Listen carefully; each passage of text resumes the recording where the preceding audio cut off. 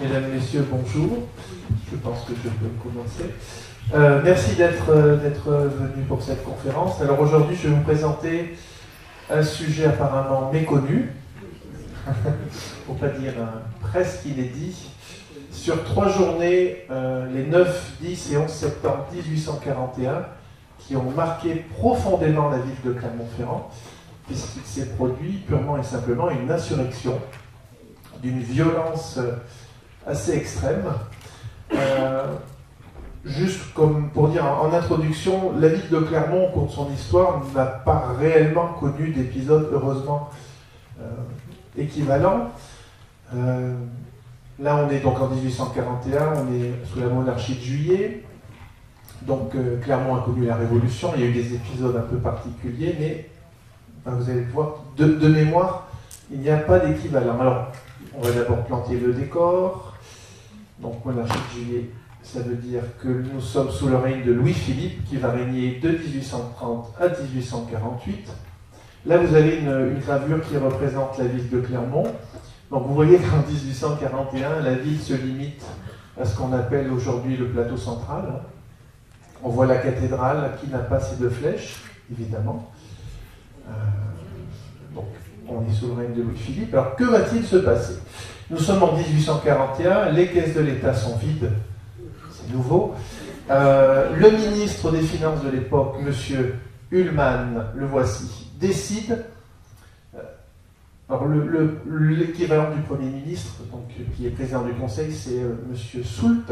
Et ce président du Conseil décide que le budget de l'État doit être équilibré. Voilà.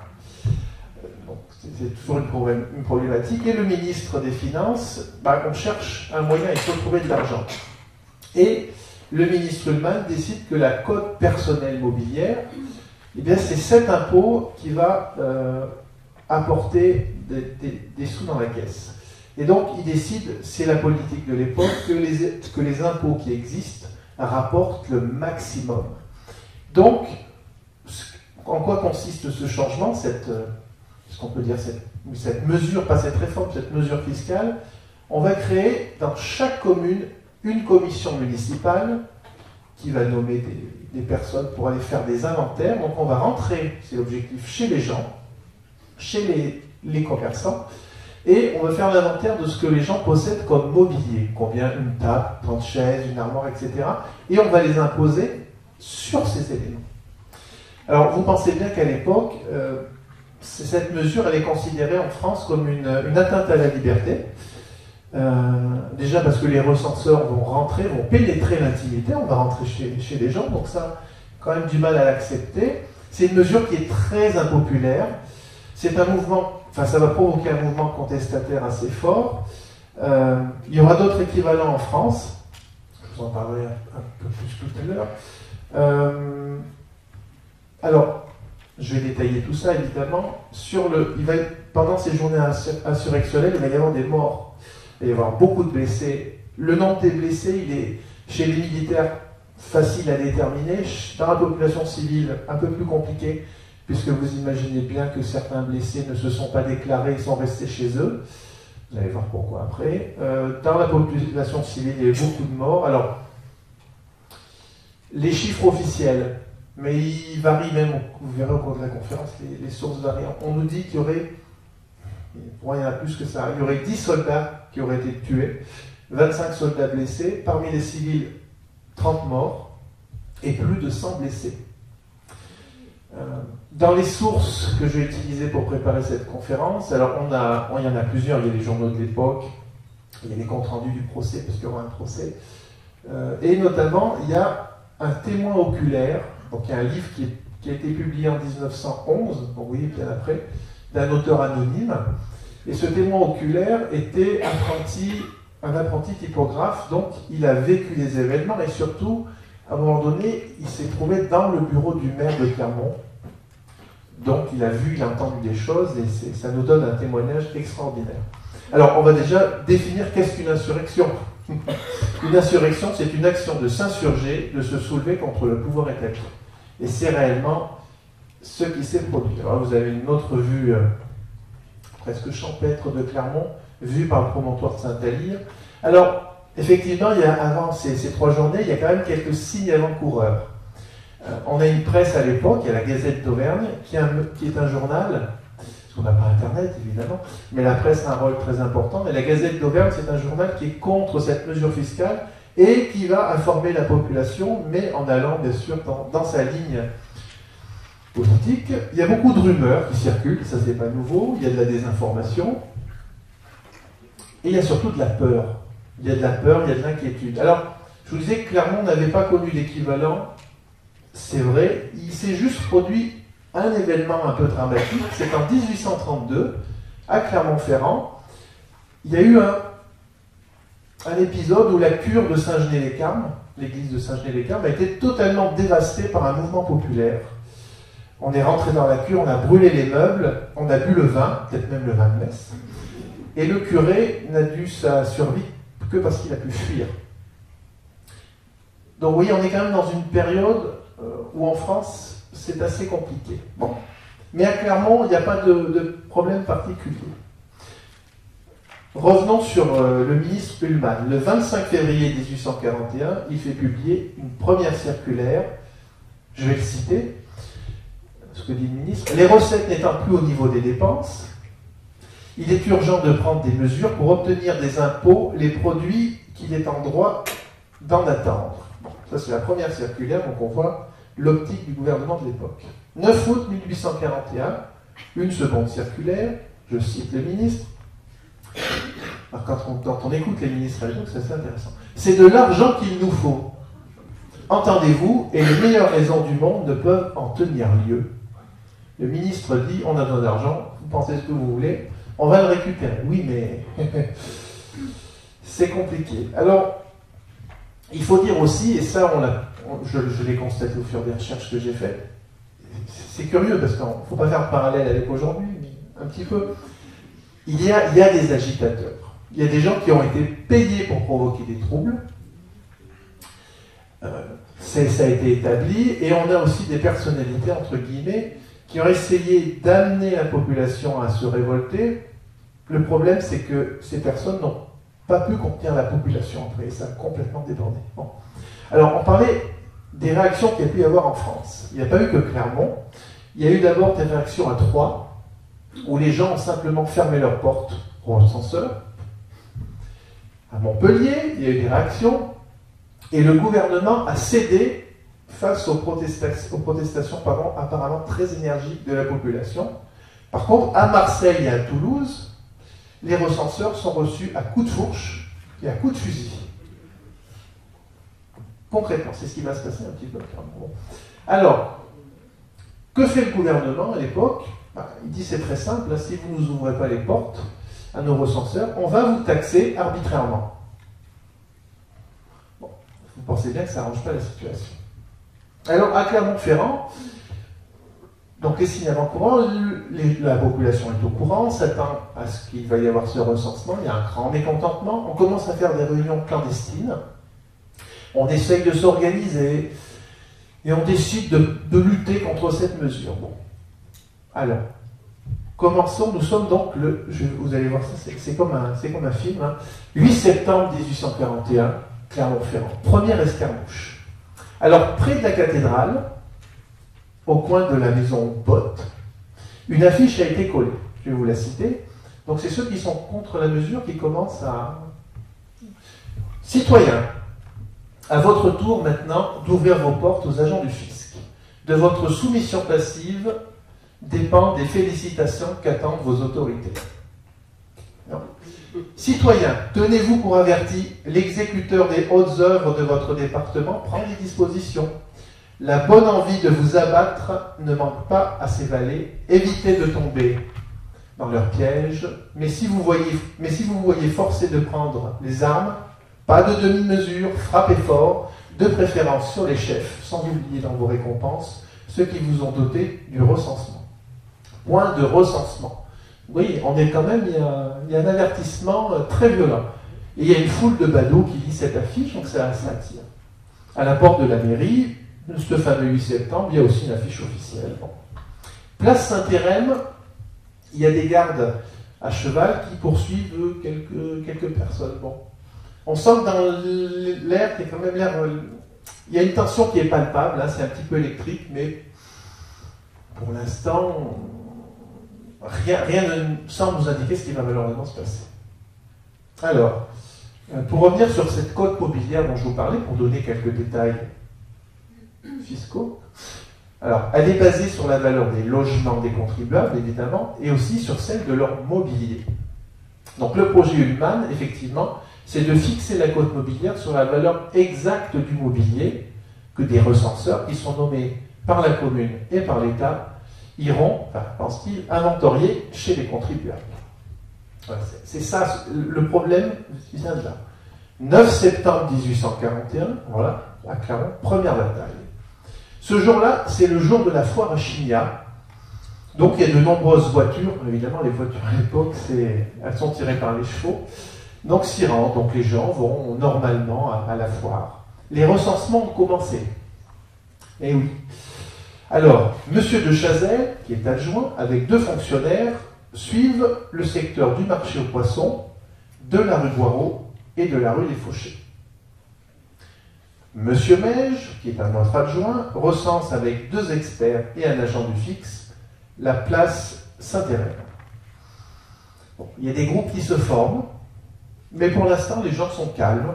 Alors, il y a quelques propriétaires et commerçants qui accueillent les recenseurs, normalement, et il y en a d'autres qui leur refusent l'entrée de leur maison, mais pour l'instant, poliment. Bon.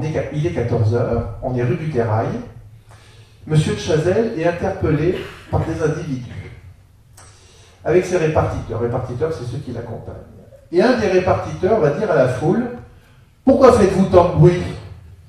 Il n'y en a pas un de vous qui se soit jamais torché le derrière avec la quittance de ses impôts. » Alors, c'est bien que la foule, elle grossit, la colère s'anime. Bon, Monsieur de Chazelles, lui, continue sans s'émouvoir à son recensement. Et alors qu'il sort d'un magasin, alors que le propriétaire du magasin l'avait accueilli normalement, et ça s'était bien passé, la foule entoure l'adjoint, il se retrouve totalement enfermé dans un cercle. Les gens se mettent à hurler, et d'un seul coup, ils se jettent sur lui. Donc il a réussi très difficilement à s'extraire, totalement ensanglanté, et il est rentré à la mairie soutenu par des amis. Donc vous voyez déjà, cet élu, M. de Chazelles, il s'est fait tabasser. Donc déjà, ça commence à chauffer. La tension commence à monter. Vient le tour de M. Meige. Alors M. Meige, donc lui, jusqu'à présent, il continue sans incident ses opérations, il est place Saint-Hérène. Malgré des échanges qui deviennent un petit peu virulents avec les négociants qui sont sur le bas de leur porte. Mais pour l'instant, aucun groupe ne s'est formé. Mais là, vers 14 h, il va se produire l'étincelle. Et c'est l'étincelle qui va mettre le faux poudre. Alors certains diront que cet événement a été programmé par avance. Est-ce que c'est vrai? Est-ce que c'est pas vrai? Est-ce que c'est le fait du sort? En tout cas, voilà ce qui se passe. Il y a une diligence qui s'arrête à l'entrée de la rue Boireau. 2 voyageurs veulent monter à l'intérieur, mais ils ont un chien. Et les autres voyageurs qui sont dans la diligence protestent, ils ne veulent pas que ces gens-là montent avec leur chien. Le conducteur refuse de les recevoir, ça s'insulte, ça commence à gueuler. Et puis il y a un rassemblement qui s'approche parce que la foule, elle accourt, elle entend crier, elle pense que ces cris sont dus à un problème du recensement. Donc de la rue des Petits Fauchets, de la rue du marché aux poissons, il y a plein de gens qui débouchent et qui sont très très animés et remontés. Et donc on se dit, mais ce problème, il est dû à cette... Vous voyez, c'est dû tout simplement à des voyageurs, entre guillemets, pour la diligence. Au même moment, manque de chance pour lui, M. Meige et ses aides, ils passent par là, évidemment, il est dans le quartier. Et là, les bouchers du quartier lancent leurs chiens sur les élus. Et la foule est complètement surexcitée. Alors là, il y a une mêlée, ça part dans tous les sens. On envoie les agents quand même pour essayer de contrôler, enfin limiter. Les agents sont totalement débordés, ils sont obligés de faire demi-tour, les agents du bureau central. Hein. Il y a un poste d'agents à la mairie qui interviennent aussi pour les aider. Ils se ramassent sur la tête des tas de cailloux, ils sont lapidés, parce qu'il y a des travaux à côté, donc les gamins ont ramassé des cailloux au bord de la chaussée et commencent à lapider. Les soldats commencent à arriver, et ça commence à devenir, à prendre une proportion impressionnante. Il y a une compagnie du 16e, le 6e léger, c'est le régiment qui est à Clermont. On l'appelle en Inde pour renforcer ce poste. Mais de toutes parts, on a des assaillants, les militaires se retrouvent purement et simplement noyés dans la foule, imaginez. Donc, un bataillon arrive, suivi de la gendarmerie à cheval, et de 90 dragons qui sont en garnison à Clermont. Les dragons, ils sont à cheval également.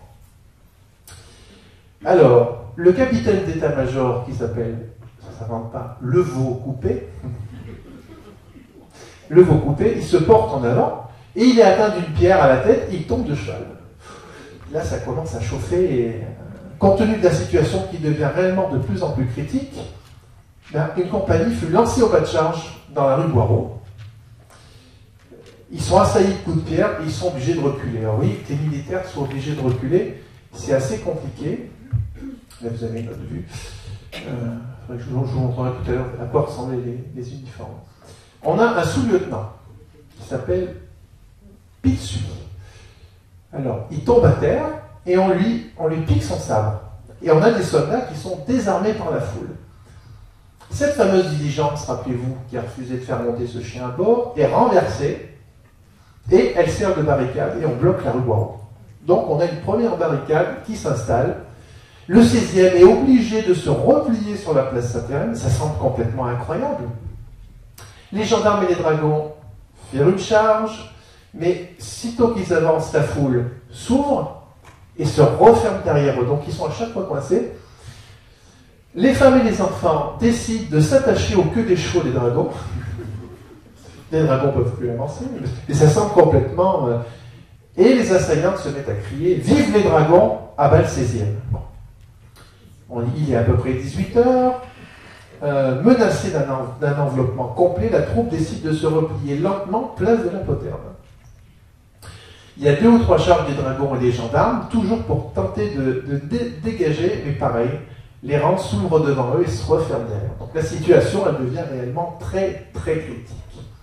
Le préfet de l'époque, le préfet Ménadier, le maire, c'est M. Cronchon, ainsi que les autres autorités, se trouvent à la mairie.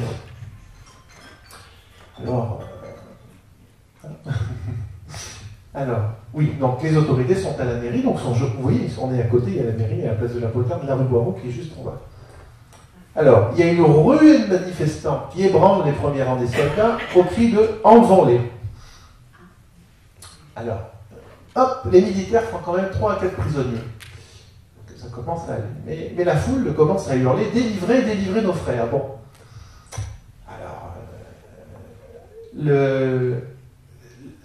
il y a une nouvelle poussée des manifestants, et cette fois-ci, qui risque purement et simplement de disloquer les troupes. On voit que les militaires n'arrivent absolument pas à gérer la situation. Donc, il y a un commissaire police qui est là, qui s'appelle Vernet. Il sort des rangs. Le tambour, parce que c'est comme ça qu'on communique à l'époque, fit 3 roulements prolongés, et le commissaire se mit à dire aux gens, au nom de la loi, retirez-vous. Le commissaire, pardon. Personne ne bouge, personne ne se retire. Au contraire, il y a une violente ruée et le commissaire et le tambour se retrouvent balancés sur les soldats. Et là, le colonel, qui s'appelle Guillemet, donne un ordre de commandement bref et rapide, chargez armes. Et là, la troupe se met à tirer. Alors, en réalité, vous allez voir plus tard, le colonel, ce qu'il a souhaité, c'est que les hommes tirent en l'air pour faire peur à la foule. Seulement, ils n'ont pas tous tiré en l'air. On relève 2 cadavres, 2 hommes, un qui s'appelle Berger Sanitas et un autre qui s'appelle Sauzet, qui est le fils du boulanger du quartier de Saint-Genis. Alors là, la foule, elle est encore plus en colère. Elle brandit des fusils, des fourches, des bâtons et elle crie vengeance. Vous allez le voir un peu plus tard. La population de Clermont va s'armer puisqu'elle va piller les armeries de la ville. Donc quand ils arrivent, ils ramènent les corps, ces deux hommes qui ont été tués, quartier Saint-Genis. Eh bien, une barricade est improvisée rue Saint-Genis. Il y a 2-3 voitures qui sont là, on les dételle. Il y a une diligence qui est dans le coin. On la renverse, on la met au sommet et on installe. Il y a aussi des pavés qu'on enlève et on garnit, comme on dit, les interstices de cette barricade qui est donc rue Saint-Genis. Dans chaque interstice, on a un homme qui ramène un fusil. Les commerçants ferment très vite leur volet, parce que la situation devient critique. Donc effectivement, On apprend que le colonel, lui, il n'a pas donné l'ordre de tirer, mais malheureusement... et ça, c'est le début de l'insurrection. Effectivement, quand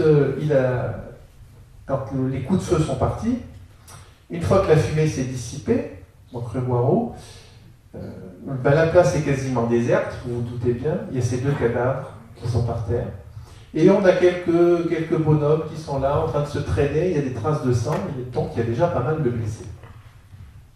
Les soldats se retirent à la poterne, et la foule, qui donc avait fui, puisque suite au coup de feu, il faut se précipiter, hein. Donc ils vont chez un commerçant qui s'appelle Grabom, qui est armurier, et sa boutique est totalement dévalisée. Donc les Clermontois insurgés ont des armes, ont des munitions. À chaque coin de rue, des hommes tirent des coups de feu sur les soldats.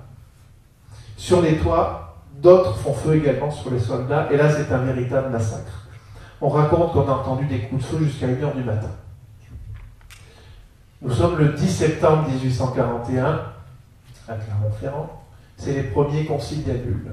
Donc, on constate que l'armurier du quartier de Saint-Genet a aussi été pillé, comme M. Grabom, et comme un autre armurier, M. Blanchard. Il y a toujours cette barricade qui est installée rue Saint-Genet, avec des émeutiers derrière. On installe une barricade rue Saint-Esprit également. Du côté des militaires, il y a une sentinelle qui est installée au niveau du parvis de la cathédrale et derrière le théâtre. Alors, derrière le théâtre, j'entends bien ce qui est aujourd'hui la place de la Victoire, parce que le théâtre n'existe plus. La cathédrale de Clermont est occupée par les soldats. Il faut un point quand même pour se mettre à l'abri. Ils sont très nombreux. On les trouve jusqu'aux galeries qui surmontent les gargouilles et jusqu'aux cloches de l'horloge. Il n'y a pas les flèches de la cathédrale de Viollet-le-Duc comme on les connaît aujourd'hui. L'horloge, c'est la tour de la Bayette, bien évidemment. Et là, des coups de fusil se font entendre, puisqu'on a des tireurs qui sont sur les toits, des insurgés qui tirent sur les soldats. Alors, le témoignage, je vous parlais de ce témoignage oculaire. Que se passe-t-il dans le bureau du maire? Alors, dans le bureau du maire, on trouve bien évidemment M. Conchon, qui est maire de Clermont, le préfet Lénadier. Le maire est entouré de ses adjoints, des conseillers municipaux.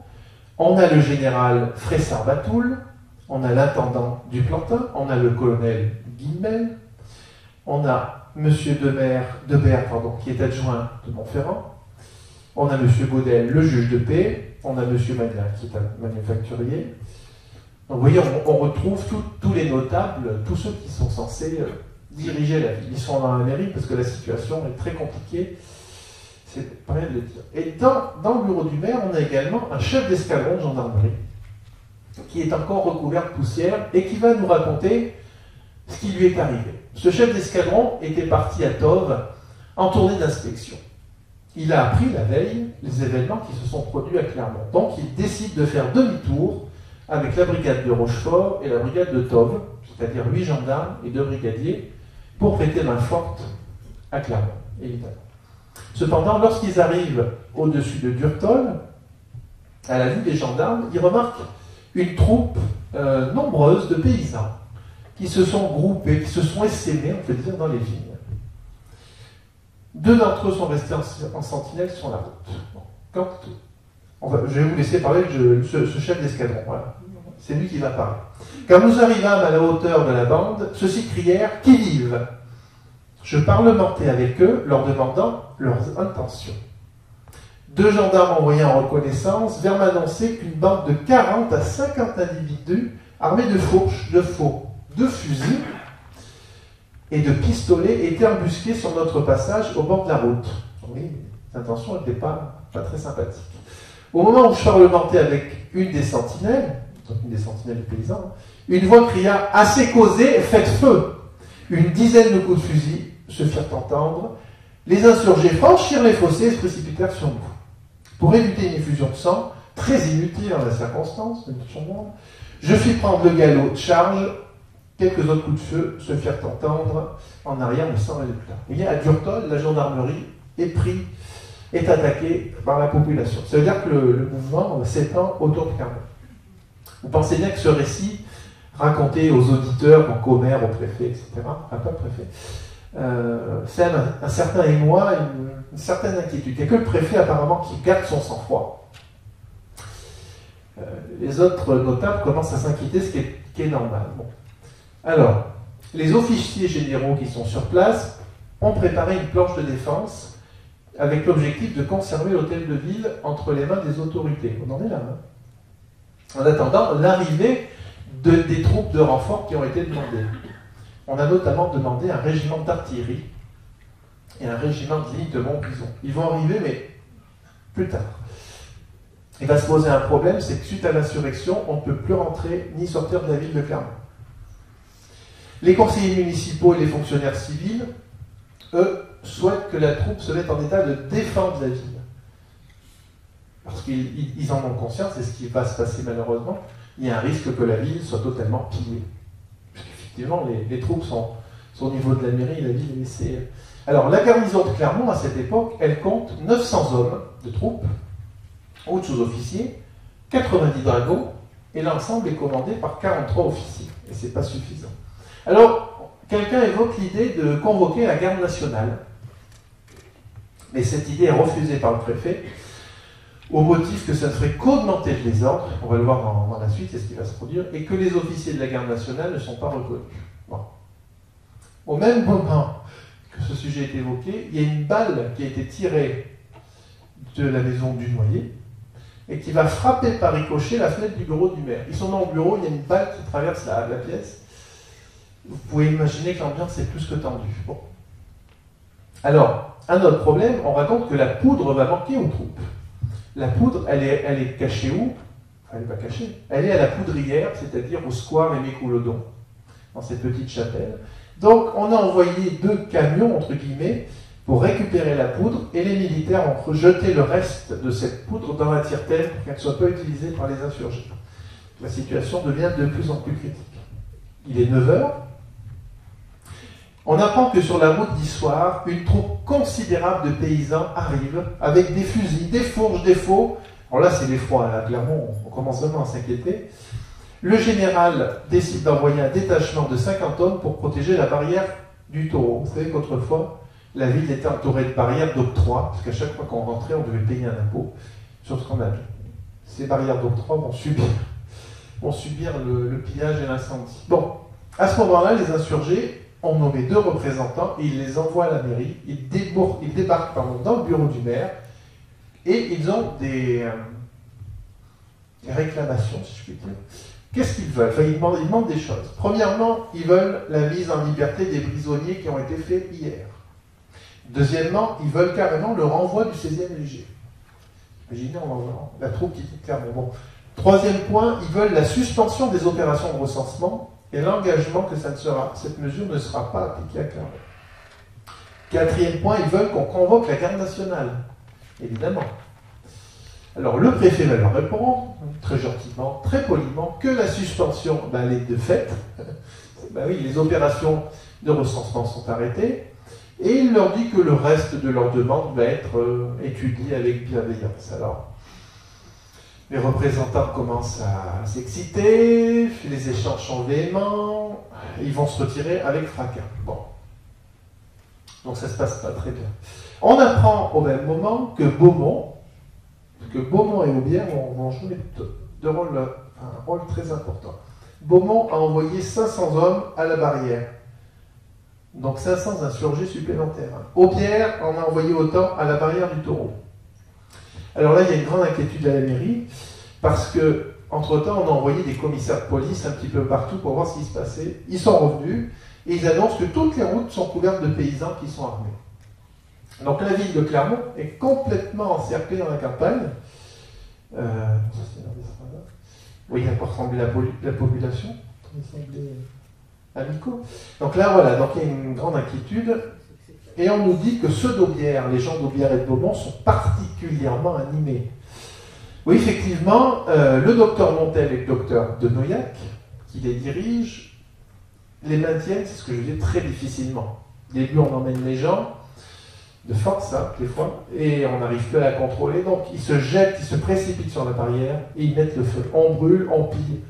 Voilà, l'ambiance est électrique, hein, les bourgeois quasiment affolés, ceux qui sont dans le bureau, me disent, mais la population a complètement perdu la tête, et la troupe n'arrive pas. Donc, des bruits de coups de feu échangés en la troupe et les insurgés portés sur les toits des maisons voisines s'entendent directement dans le bureau du maire. Donc le maire peut suivre, malheureusement, ce qui se passe. Alors là, c'est la panique, vous pensez bien. Les conseillers insistent, avec quelques personnes de la ville, pour que le maire aille proclamer en ville que le recensement est suspendu. Vous imaginez, on dit au maire, tu vas y aller, on va prendre le tambour et tu vas aller voir les gens. Mais le maire, il ne veut pas, il résiste. Hein. Il résiste. Et lorsqu'il apprend que les gens d'Aubière et de Beaumont sont à ce point agressifs, bon, il cède, il dit d'accord, on va y aller. Il est 11h. Le maire fait appeler un tambour, et avec deux, trois personnes, il sort. Il arrive, il est place de la Poterne. Premier coup de tambour, alors là, il y a plein de monde tout de suite qui vient autour de lui. Le maire, il est pâle. Non, ce serait pas moi. Hein. Il est pâle, mais il est quand même résolu. C'est un homme qui est courageux. Hein. Il déploie son écharpe. Il annonce, donc voilà, il fait son annonce, le recensement est suspendu. Une fois qu'il a fait son annonce, qui a été écoutée dans le silence, on entend « Bravo, bravo, vive le maire !» Ouh, alors le maire, il commence à prendre des couleurs. Hein. Et puis il y a une escorte qui se joint à lui. Alors il est un peu plus joyeux, un peu plus confiant. Malheureusement, il se trompe. Il se trompe. On arrive à l'angle de la rue Saint-Louis, c'est-à-dire aujourd'hui la ville des États-Unis. Il fait une nouvelle proclamation, la même. Mais la population qui va accourir autour de lui, elle vient de Fongielle. Et elle mêle aux acclamations, il y a quand même des gens qui disent bravo, hein, et la majorité ont des cris très hostiles. Et on entend les prisonniers, les prisonniers. Et là, il commence à y avoir une première bousculade. Oula, bon, la maire continue à avancer, il arrive vers Jode, hein. Il fait une troisième proclamation. Il n'a même pas le temps de finir. Alors là, on entend assassin, assassin, les prisonniers. Envoyez le 16e. Mais là, il est secoué, Le maire, il est entouré. Il est menacé. Son chapeau est bosselé.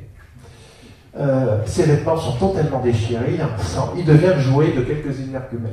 Donc le maire, M. Conchon, est lynché. Heureusement, il y a un monsieur qui s'appelle M. Augustin Boyer, qui est cafetier, qui avec quelques amis sort, se jette dans la mêlée, arrive difficilement à sortir le maire, le rentre dans leur hôtel, c'est l'hôtel de la paix, le nom ça ne s'invente pas, on referme la porte.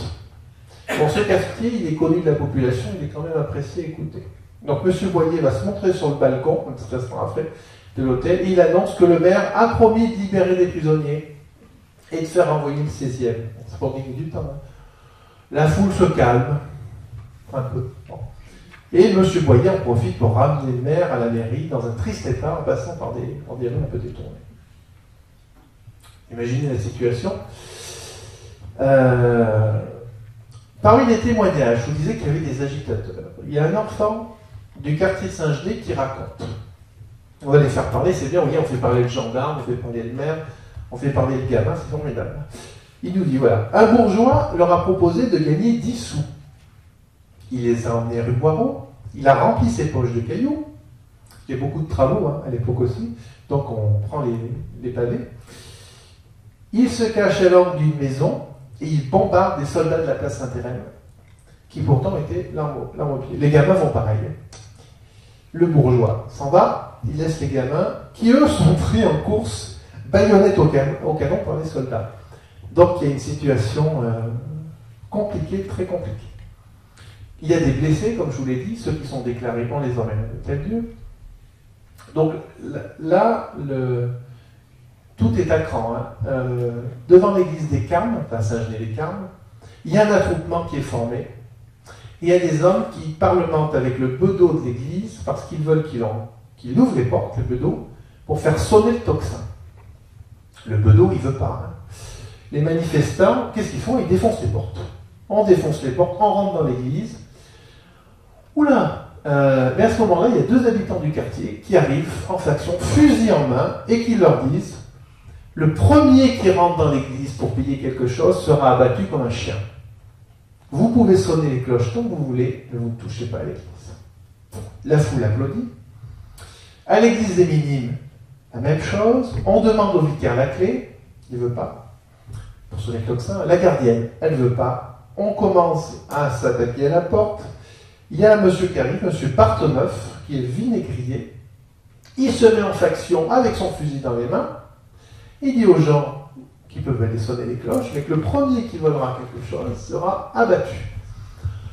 5 minutes après, toutes les cloches de la ville sonnent, sauf celle de la cathédrale, bien évidemment, qui est occupée par l'armée. Vous voyez, on est dans une situation, c'est le summum. Au même instant, il y a un tambour de la garde nationale qui bat le rappel. La garde nationale a décidé d'intervenir. Donc, on voit les gardes nationaux qui arrivent, armés ou pas, place de Jaune. C'est un petit groupe, bon. Et eux, tout de suite, ils se retrouvent très rapidement noyés par la population, par la foule qui les entoure. Et dans cette foule, on a des paysans armés de fourches. On a des ouvriers, on a aussi des bourgeois exaltés, complètement sans remonter. Hein. Et chacun crie sa colère et son souhait de vengeance. Mais tout le monde donne des ordres, personne n'obéit. C'est un cafouillage complet. Les gardes nationaux, c'est qui les gardes nationaux? C'est des commerçants, c'est des employés. Ils voient ces gens autour d'eux qui sont complètement exaltés. Ils ont moyennement confiance en eux. Hein. Ils n'ont peut-être pas tort. Ils préfèrent se retirer, ils rentrent chez eux. Ils disent, bon, ça va bien. Je vous montrerai tout à l'heure à quoi ressemble leur uniforme. Ça, c'est vous avez l'image, hein, les militaires en infanterie de ligne. Bon. Il reste un petit noyau de gardes nationaux, à leur tête le capitaine Farguet, avec le tambour-major Beauvert, qui est béniste. Il marche en tête, suivi de quelques tambours et de la foule. Arrivé à l'intersection de la rue Saint-Louis, des États-Unis, aujourd'hui, le capitaine se rend compte de son erreur. Hein. Il est entouré d'une foule, tout le monde veut commander, et on l'entraîne vers la place Saint-Hérem. Il ne contrôle plus rien. Beauvert et ses tambours arrivent à s'esquisser. Le capitaine réussit aussi à disparaître par une rue transversale. Le peu de gardes nationaux qui restent sont totalement désorientés. Eux, ils filent. Ils s'en vont en courant. Ils disent ça va bien. Mais la troupe qui est là, le groupe qui est là, ils sont exaltés. Ils sont très nombreux. Ils débouchent sur la place du Poiteville. Il reste quelques gardes nationaux, mais ils sont pas nombreux. Enfin, il reste ceux qui sont restés coincés, si vous voulez. Arrivés à hauteur de la rue Neuve Sainte-Claire, on entend toujours le colonel Guinet, rappelez-vous de lui, chargez vos armes. Et là, ça rigole pas. Seulement au même moment. Enfin, le souhait des militaires, c'est pas de tirer sur la foule. Hein. On entend à ce moment-là 3 coups de fusil, mais qui viennent de la foule. Alors là, les militaires ripostent, évidemment. La foule qui arrive à fuir fuit. C'est un mouvement rapide, c'est brutal. Et là, la place ressemble à un véritable champ de bataille. Quand la poudre s'en va. Hein. Donc on se retrouve avec imaginez un grand espace vide. La place existe toujours. Hein. Au milieu gît, dans une mare de sang, alors il y a des cadavres, il y a des blessés, on entend crier, des cris de douleur. Il y a des blessés qui tentent de fuir, hein, enfin des fois à 4 pattes, ils laissent derrière eux des traces sanglantes. Il y a quand même 2 ou 3 hommes qui sont courageux, qui viennent relever les blessés pour les extraire. On dit qu'à ce moment-là, il y a 25 à 30 cadavres qui changent le sol. Et les blessés, il y en aurait une centaine. Donc c'est catastrophique, c'est dramatique. Et là, ça devient une vraie guerre d'embuscade de tous les coins de rue, des maisons. Alors, de l'angle de la rue Neuve Sainte-Claire, de la rue Montlosier, de la rue du Marché aux Poissons, de la rue des Bons Enfants, de la rue Boireau, de la rue des Trois Moineaux, de la place du Poiteville, du glacier de la Poterne, de la rue des Gras, de la rue des Grands Jours et Halles de Boulogne, par des coups de feu. Alors, il y en a qui sont tirés de l'établissement Saint-Joseph, il y en a qui sont tirés au 3e étage de la maison Pelletier. Ça tire, ça canarde de tous les côtés. Chez les militaires, il y a à ce moment-là 6 soldats qui sont tués et 60 blessés. Les soldats se replient sur la Poterne. Les gendarmes à cheval et les dragons, qui sont aussi avec les chevaux, se défendent de leur mieux. La foule, qui a fui, celle qui a pu fuir, se rend sur la place de Jaune. Et là, on se retrouve. Alors là, vous avez à l'image un dragon, donc c'est comme ça qu'on a pu les voir. Donc on est une place de Jaune. Dans cette foule, il y a un groupe de 20 hommes qui s'approchent de la maison du maire, puisque le maire habite place de Jaune. Et la maison de M. Conchon se trouvait aujourd'hui à ce qui est l'ouverture de la rue de Latin. Rue qui a été percée suite, vous allez le voir, quelques années après la destruction. Donc, La porte de l'appartement est défoncée. On pille l'appartement du maire. Tous ces meubles sont brisés. On les jette sur la place où on a un feu de joie qu'on a allumé. On y a une cage qui contient 3 colombes. On la jette au feu. Les oiseaux arrivent à s'échapper. C'est totalement chaotique. Il est 22 heures. Une personne décide de mettre le feu à une paillasse et la jette dans la maison. Heureusement, on s'en aperçoit, on rejette la paillasse et on tabasse le type qui a fait ça. Apparemment, la cave de M. Conchon aussi a été totalement bue. Ben, c'est pas apparemment, elle a été bue. Le calme commence à revenir, il reste juste une petite foule hurlante et complètement avinée. Et la maison du maire son appartement a été totalement détruit. Nous sommes le 12 septembre 1841, autour de Clermont. Qu'est-ce qui se passe autour de Clermont? Alors, on apprend que les barrières ont été brisées et brûlées. Les barrières, c'est-à-dire les barrières d'octroi. Et les bureaux ont été pillés. 10 jours précédents. Bon. On apprend que le 11 au matin, toutes les routes qui menaient à Aubière étaient gardées par des sentinelles d'insurgés, avec ordre de ne laisser sortir personne. Donc on ne peut plus circuler. De gré ou de force, on emmène les hommes rejoindre le cortège qui se forme au pont de Ronacle. On sonne le tocsin de l'église de Pierre et le cortège est commandé par le docteur Monteillet. Comme je vous l'ai dit tout à l'heure, la situation va lui échapper complètement et la foule va prendre d'assaut les barrières, piller. Mais on ne peut plus sortir, on ne peut plus passer de ce côté. Les habitants de Beaumont ont connu la même situation. On forme une troupe, on fait venir les hommes, de gré ou de force, si vous voulez pas dire, on s'embarque quand même. Bon. Le sacristain dut sonner le tocsin. Il n'a pas le choix. Ils arrivent à la barrière de Fongienne, elle est assaillie, elle est pillée, elle est brûlée, puisque ceux qui tiennent la pensée de la foule n'arrivent plus à la tenir. On a même raconté, il y a des témoignages comme quoi on a fait boire les gens. On les a saoulés pour les emmener. Donc c'est catastrophique. Du côté de la barrière des Jacobins, c'est la même chose, c'est une bande qui vient de Montferrand. Pareil, on casse tout, on pille, on brûle. Mais effectivement, la scène la plus déplorable qu'on a trouvée durant ces derniers jours, c'est la maison de M. Conchon.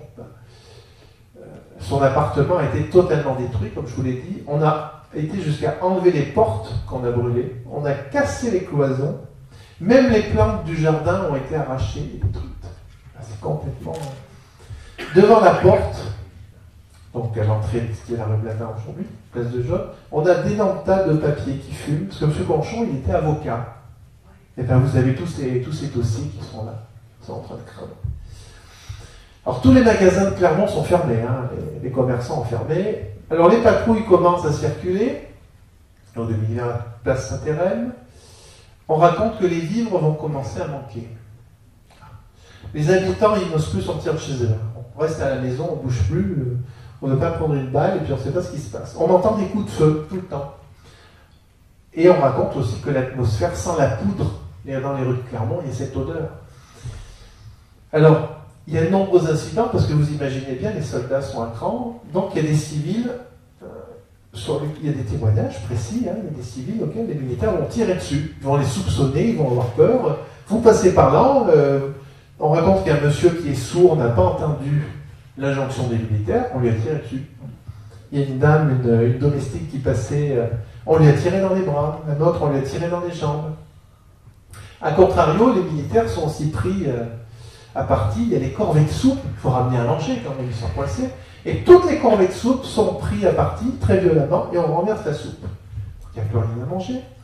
Pendant ce temps-là, à l'Hôtel-Dieu, dans l'amphithéâtre de l'Hôtel-Dieu, il y a 30 ou 40 corps qui sont étendus.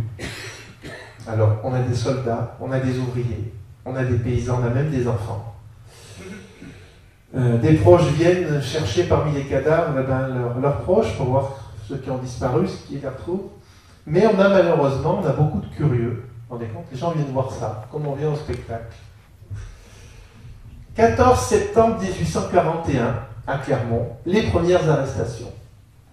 Les barricades sont vides, elles ont été abandonnées, les soldats commencent à enlever les débris. Là, vous avez à l'image un colonel, probablement l'uniforme que portait le colonel Guitenet. L'émeute a pris fin. Maintenant, c'est l'heure des responsabilités qui commence. Les magasins commencent à rouvrir à nouveau. Des patrouilles d'agents de police, de gendarmes et de soldats baïonnettes au canon circulent en ville. Ça rigole plus, hein. Les arrestations commencent et elles vont continuer pendant longtemps, à tel point que la prison de Clermont n'aura pas assez de place pour contenir tous ceux qui sont arrêtés. Bon. On a des troupes nouvelles qui arrivent, hein, et qui transforment Clermont en véritable citadelle, parce que la relève, les renforts sont arrivés. Le 15 septembre 1841, plusieurs centaines de soldats sont partis pour Beaumont et Aubière pour arrêter des émeutiers et tenir garnison. Vous vous rendez compte ? Beaumont et Aubière seront occupés par les militaires, considérés comme des communes dangereuses. On parle de 150 arrestations, c'est énorme, à Clermont, Aubière, Beaumont, Durtol. La ville retrouve un calme apparent. Les soldats occupent toujours la cathédrale. Ils occupent la mairie et ils occupent la poterne. Il n'y a plus aucun coup de feu. Toutes les maisons du quartier de l'hôtel de ville, de la poterne, de la place Saint-Hérem, portent des traces de balles. C'est véritablement un lieu de bataille. Et les curieux, toujours les curieux, ça n'a pas changé, hein, viennent regarder. Les nouvelles troupes sont casernées à l'Autoile, c'est-à-dire notre opéra aujourd'hui, et au collège, donc le collège Blaise Pascal. Une partie, enfin l'ancien, une partie du 44e occupe Aubière, le 16e occupe Beaumont. L'artillerie occupe la place de Jaude, mais il n'y a pas que Clermont qui a été touché. Hein. Il y a eu Le Cré, La Roche-Blanche, Choria, Rion, Lezoux ont été également touchés, pas au même niveau que Clermont, hein, mais ont été touchés par des... je devais l'image, M. Conchon. Par des troupes. Donc, pareil, il y a des enquêtes, il y a des arrestations. Et au bout d'un moment, heureusement, les jours passent, la troupe va finir par s'en aller. La cathédrale est rendue au culte. Les rues sont nettoyées, sont déblayées. On a enterré les morts, hein, il y en a eu beaucoup, mais on l'a fait de façon clandestine pour éviter toute manifestation. À l'hôpital, 4 soldats et 2 garçons tailleurs meurent des suites de leurs blessures. Les médecins sont sur les dents. Hein, puisqu'on retrouve avec des blessures de guerre à Clermont, c'est quand même du jamais vu. Et comme je vous l'ai dit, beaucoup de blessés ne vont pas à l'hôpital parce que si vous êtes blessé, vous êtes soupçonné d'avoir participé. Donc on préfère rester chez soi, se faire soigner chez soi. Enfin, imaginez, non. Nous sommes le 20 septembre 1841. La situation est redevenue à peu près la normale, mais les esprits sont quand même un peu énervés. Vient le temps du procès. Vous avez la cathédrale, tous les coups de feu partaient. Le 15 février 1842, le procès s'ouvre. On est à la cour d'assises. Il y a 49 accusés. Quel est le profil de ces accusés? On a 2 ou 3 bourgeois. Les autres, ce sont des ouvriers en blouse ou des paysans vêtus de bure. Pendant le procès, qui va durer quelques jours, on va entendre 213 témoins. C'est à la hauteur de l'événement. Le jugement, évidemment, il y a un jugement. Il y aura 15 condamnations. Les autres accusés sont libérés. Hein, et les condamnations vont quand même aller de 10 ans de travaux forcés à 6 mois de prison. Mais ils vont quand même subir de la prison ferme. Alors, les 15 condamnés, là l'image, vous savez, des fameux gardes nationaux. Bon. Je ne sais pas si ce Clermont avait un uniforme aussi châtelain. Les 15 condamnés, eux, vont être mis au carcan sur la place de Jaude.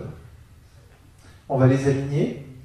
Ils ont le cou qui est retenu par un collier de fer qui leur tient la tête assez haute. Ils sont tête nus, hein, il fait très chaud. Sur le poteau auquel ils sont attachés, il y a leur nom, il y a leur prénom et il y a la condamnation. Pareil, de mémoire, je ne me rappelle pas avoir vu historiquement des prisonniers mis au carcan place de Jaude au XIXe siècle. La place est déserte, la foule évite absolument de venir voir ce spectacle et contourne pour éviter la place de Jaude. Au bout d'un moment, il y a quand même des enfants qui s'approchent et qui apportent des rafraîchissements aux condamnés. Parce que le soleil, il frappe très fort. Hein. Ils ont la tête nue, ils sont pleins cagnards. Les agents ferment les yeux, ils laissent faire. Et au bout de quelques heures, parce que ça devait durer plus longtemps initialement, bon, les condamnés sont réintégrés en prison. Voilà. Le drame est terminé. Monsieur Conchon, qui a été un maire qui s'est beaucoup impliqué pour la ville de Clermont, qui était aimé, a toujours dit, qu'il le croyait vraiment, ou est-ce qu'il souhaitait le croire, que ceux qui avaient procédé à cette émeute, et notamment à l'incendie de sa maison, pour lui, ça n'était pas des Clermontois. Les Clermontois n'auraient pas pu faire ça. Pour lui, c'était des mains étrangères au sens venant d'un village alentour. C'est vrai que bon, c'était pas justifié, évidemment. Hein. Mais vous voyez, c'est quelques journées qui partent d'une mesure fiscale et qui va conduire la ville à une violence totalement inouïe. Quand vous passerez dans ces rues, vous avez le plan, ben vous vous direz, à cet endroit, il y a eu une fusillade avec énormément de morts. C'est assez surprenant que cette histoire soit... Enfin, pas occultée, ça mériterait d'être étudié. Voilà.